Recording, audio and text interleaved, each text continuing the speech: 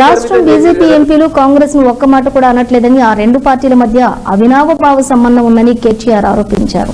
17 నెలల్లో తెలంగాణకు బీజేపీ ఒక్క పైసా పనిచేయలేదన్నారు. హెచ్సియు భూములపై మోదీ ఎందుకు విచారణ జరిపించట్లేదని విమర్శించారు. తెలంగాణలో కాంగ్రెస్ బీజేపీ ఒక్కటేనని కేటీఆర్ ఆరోపణలు గుర్తించారు.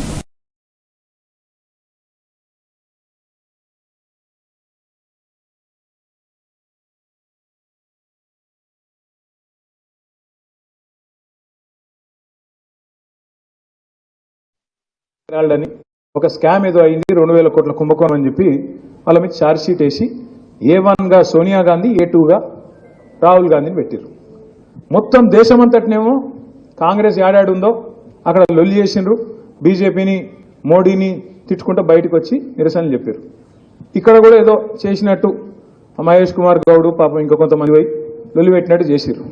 కానీ రేవంత్ రెడ్డి మాత్రం ఒక్క మాట మాట్లాడలే ఈ రోజు వరకు. ఏది వాళ్ళ నాయకత్వం మీద, వాళ్ళ టాప్ లీడర్షిప్ సోనియా గాంధీ, రాహుల్ గాంధీ మీద కేసు అయితే, ఛార్జ్ షీట్ అయితే, దేశంలో ఉన్న కాంగ్రెస్ వాళ్ళందరూ మాట్లాడుతుంటే రేవంత్ రెడ్డి మాత్రం కుయ్యి లేదు, కయ్యి లేదు, సడి లేదు, సప్పుడు లేదు.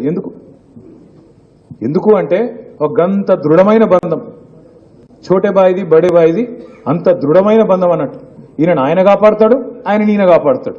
సెంట్రల్ యూనివర్సిటీ భూముల్లా బుల్డోజర్లు పంపిండు రేవంత్ రెడ్డి, అక్కడ జింకలు చంపుతుండు అని చెప్తే నేను ప్రధానమంత్రి గారిని అడిగిన, అయ్యా ప్రధానమంత్రి గారు నీకు సంవత్సరానికి ఒకసారి యాదికి వస్తుంది తెలంగాణ.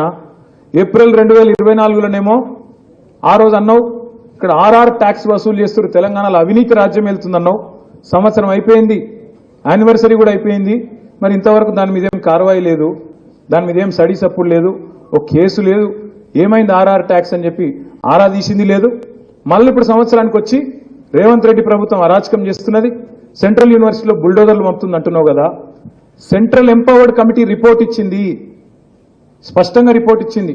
ఇలా ఫైనాన్షియల్ ఫ్రాడ్ జరిగింది, తప్పకుండా ఇన్వెస్టిగేటివ్ ఏజెన్సీలు ఇలా రావాలి, ఎంక్వైరీ చేయాలని చెప్పి వాళ్ళు సుప్రీంకోర్టు అపాయింట్ చేసిన కమిటీ రిపోర్ట్ ఇచ్చింది. మరి రిపోర్ట్ నీ కాడుంది కదా, వెంటనే ఇప్పుడే సిబిఐనో సివిసినో వెంటనే పంపి, నిజంగా నువ్వు రేవంత్ రెడ్డి ఒకటి కాకపోతే ఇన్వెస్టిగేషన్ చెయ్యని అడిగిన, సప్పుడు లేదు. అమృత్ స్కామ్ జరిగింది, రేవంత్ రెడ్డి బామ్మర్దికి 1137 కోట్ల కాంట్రాక్ట్ ఇచ్చిండు, ఆయన కంపెనీకి అర్హతనే లేదు అని చెప్పి ఢిల్లీ దాకా పోయి షికాయత్ చేసిన, సప్పుడు లేదు.